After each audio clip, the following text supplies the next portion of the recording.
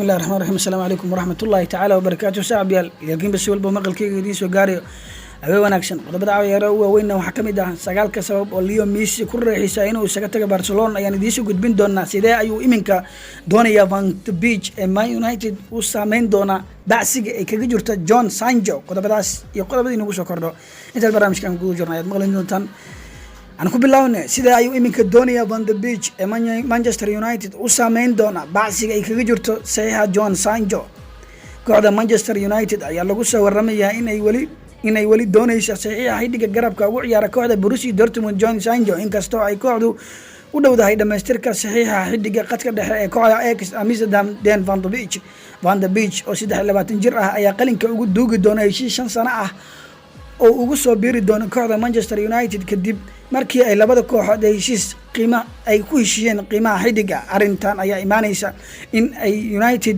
ay diidan tahay inay bixiso lacag doorto in lagu soo fasixi karo John Sancho. United ayaa diidan inay bixiso lacag dhan 120 milyan ay Dortmund ay ku qiimeysay xilli ay dhaaftay waqtigii ay United u soo qabatay in ay dhameystirto saxiixa xidiga sidaas daraadeed udhaqsiyaha saxiixa Van de Beek ayay muujinaysaa in ay Man United ay ku dhaqsato Sancho marka horena joojisay boosaska kale ee kooxda. Si kastaba ha ahaatee wargeyska Telegraph ayaa sheegaya inay dhaqaajistay Van de Beek heshiiskiisa ayna waxba ka bedeli doonin rabitaanka United ee Sancho. Kooxda ay wali doonayso saxiixa xidigii hore ee Manchester City. waa tahay sagaalka sabab Lionel Messi ku riixisa inuu isaga tago kooxda Barcelona. xidigii kooxda Barcelona Lionel Messi ayaa doonaya inuu isaga tago kooxdan Barcelona tan ilaa markii ceebta ay ka soo gaartay semifinalka Champions League. waxaa jira sababo dhanka ciyaaraha iyo waliba dhanka sharciga ah uu ku tagi doona Lionel Messi. aan ku hormarno dhanka sharciga ah waqtiga uu dhacay in Lionel Messi lagu wargeliyay inuu si xor ah isaga tago kooxda. qodobka labaad ay soo saartay waxa kamid ah ma jirto lacag lagu burburin karo heshiiskiisa oo dhan 700 oo milyan maadaama uu galay sanadkii ugu dambeeyay heshiiskiisa. qodobka saddexaad waxay ku soo saareen madaxweynaha kooxda Jose Mario Bartomeu ayaa marar badan saxaafadda waraysi uu sheegay inuu Messi xor ah ugu tagi doono kooxda haddii uu doono. dhanka ciyaaraha mashruuca Barcelona ayaan ahayn mid aan horumarsaneen iyo mid waxaan ku qanacsan yahay inuu kooxda mustaqbal lahayn ugu guuleysto koob weyn.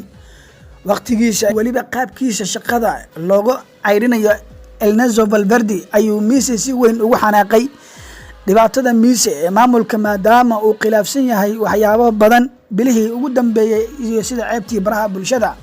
qodobka afraad in uu burburiyay xiriirkii la lahaa mas'uuliyiinta sarsare ee kooxda ugu waaweyneed ee ugu horeeyay Eric Abidal kaas oo ah xidigaha ku eedeeyeen shaqo ka ciirintii Valverde.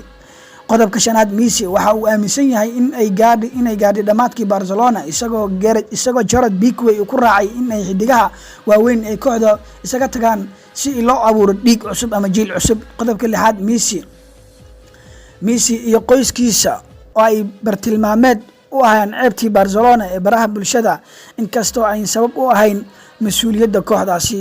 dhammaan waxa lagu qiimeeyay ama waxa lagu koobay lixdaasi qodob.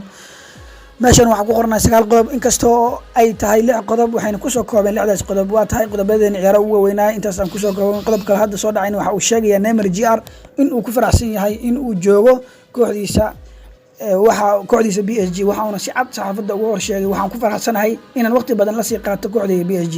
intaa waxay nooga dhan qodobadii ugu weynaa ama wixii ugu weynaa sportiska. waxaan ahay Cabdimajid Isaaq Simaan. fadlan janaalka subscribe noo saaro gabalaalkana furo si aad u daawataan muuqaaladeena. intaan muuqaalka xiga ku kulmi doona waxaan idinka tagay siyaasi nabadgelyo.